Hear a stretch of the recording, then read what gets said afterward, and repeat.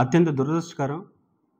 ఈ కూటమి ప్రభుత్వం వచ్చిన తర్వాత ప్రత్యేకించి మనం వినుకొండ నియోజకవర్గంలో ఈ సంవత్సరం 2 నెలల కాలంలోనే అనేక హత్యలు రషీద్ హత్యతో బిగించేస్తే ఏనుగుపాలెం దగ్గర ఒక మహిళని అత్యంత పాశవికంగా హత్య గావించబడటం, అదేవిధంగా నగర నడిబొడ్డున కొత్తపేటలో ఒక మహిళని హత్య గావించబడటం, ఈ మధ్య కళ్యాణపురి కాలనీలో ఒక మహిళ హత్య గావించబడటం, ఎక్కడ వాళ్ళనో చంపి కూడా మన వినుకొండ నియోజకవర్గంలో పెరుమాళపల్లి దగ్గర చూసాం. ఈ మధ్యనే బొల్లాపల్లి దగ్గర కూడా అత్యంత దారుణంగా తలకాయ లేకుండా ఇక్కడ వినుకొండ నియోజకవర్గంలో పడివేయటం జరిగింది. అంటే ఇవన్నీ మీరు గమనించాల్సింది ఏంటంటే, ఈ శాంతి పద్ధతులు ఎవరైతే కాపాడాలో, లా అండ్ ఆర్డర్ని ఎవరైతే క్రమశిక్షణలో పెట్టాలో, వాళ్ళందరూ వాళ్ళ డ్యూటీని వాళ్ళ పనిని సరిగ్గా చేయలేకపోవటం వల్ల ఎక్కడయో మన వినుకొండలో పట్టడమే కాకుండా వినుకొండలో కూడా ఏదన్నా క్రైమ్ చేద్దాం అనుకుంటే భయపడటం కంటే కూడా ఏ క్రైమ్ చేసినా కానీ మేము బయటపడతామన్న ఒక భరోసాతో కూటమి ప్రభుత్వం ఈరోజు పరిపాలన చేస్తుంది. అయితే దానికి నిన్న మన చీఫ్ విప్ గారు ఆంజనేయులు గారు మాట్లాడుతూ వీటన్నిటికీ నాకేంటి సంబంధం అంటారు.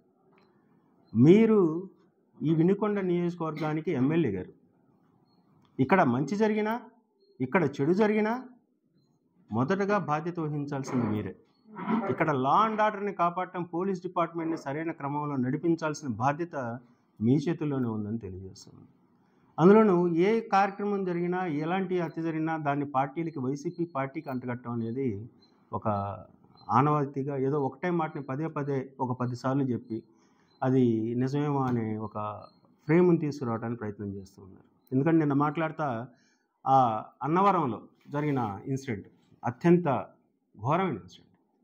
ఒక ప్రసాద్ అనే ఒక వ్యక్తిని, అతను మాకు ఏజెంట్గా ఉన్నాడు, అతని ఇంటి మీదకి 10 మంది వెళ్ళి అతన్ని అత్యంత కిరాతకంగా, ఇప్పుడు అతను వాస్తవంగా ప్రాణాపాయ స్థితిలో ఉన్నాడు, అత్యంత కిరాతకంగా కత్తితో దాడి చేయడం జరిగింది. సరే, దానికి సంబంధించి గోపి ఇంకా తదితరులు వాళ్ళందరి మీద కూడా వాళ్ళు కంప్లైంట్ ఇస్తే ఆ గోపి కూడా మీ పార్టీ వాళ్ళే అంటారు.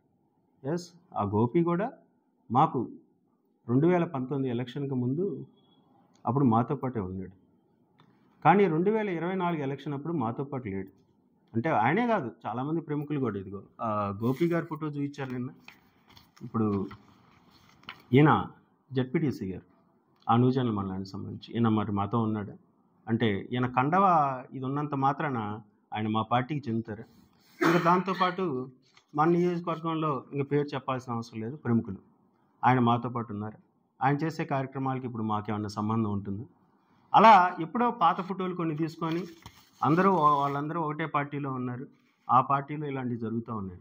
అసలు పార్టీలు కాదండి, ఇప్పుడు వినుకొండ నియోజకవర్గంలో భయం భక్తి లేకుండా ఏదైనా చేయొచ్చు అన్న దీంతో ఇక్కడ గంజాయి బ్యాచ్లు తయారైపోయి ఇలా పాశావికంగా దాడులు చేస్తూ ఉంటే మీరు పార్టీల గురించి మాట్లాడతారు. అసలు వాళ్ళు ఇప్పుడు ఏ పార్టీలో మీతో పాటు నడిచిన వాళ్ళే. అసలు టీ అన్నవరం అనే ఆ గ్రామం మొదటి నుంచి కూడా మీకు పెట్టని కోట అది. అక్కడికి ఏజెంట్లు కూడా నిలబడాలంటే భయపడే పరిస్థితులు. అలాంటి చోట అందరూ మీ వాళ్ళే అంటే ఇంక మీ వాళ్ళందరూ కూడా మా వాళ్ళే. సరే, ఎవరైనా కానీ శాంతి భద్రతలను ఇక్కడ కాపాడాల్సిన బాధ్యత మీ మీద ఆంజనేయులు గారు. ఖచ్చితంగా ఏ ఇన్సిడెంట్ జరిగినా కానీ అది మొదటగా ఎమ్మెల్యేగా మీ మీదకి వస్తుంది. ఆ తర్వాత ఈ కూటమి ప్రభుత్వంలో ఎవరైతే రెడ్ బుక్ రాజ్యాంగం అని చెప్పేసి మేము చేస్తాం ఈ పనులు